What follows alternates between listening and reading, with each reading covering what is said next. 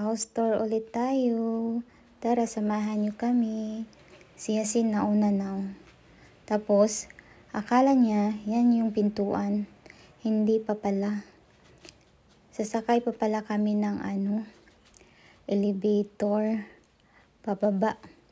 Tapos, lakad konti. Doon sa dulo. Si Yasin ang ingay. Saan daw banda? Sabi ko sa dulo pa.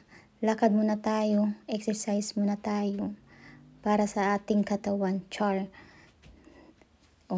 Ito na tayo. Papasok na tayo. Taran! Si Yasin. Ito yung first room. Laki ng salamin nila. Tapos, may din siya. Attached bathroom. Ang laki ng bathroom niya dito. Shower. Ito, wash. Toilet.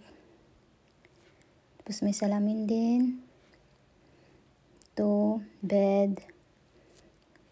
Yan. Tapos, dito, pangalawang room. Maganda din. May attached bathroom din siya. May malaking salamin din.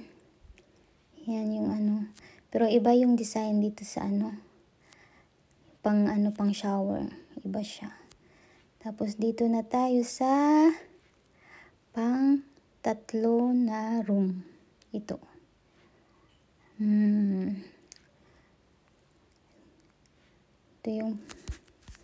Ito yung may attached bathroom din siya pang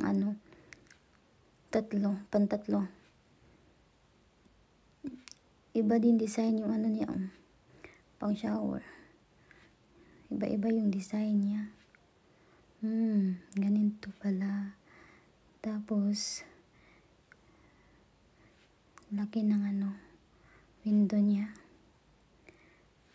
Tignan niyo. Sana ang ganda ng room. Dito naman, ito yung kitchen.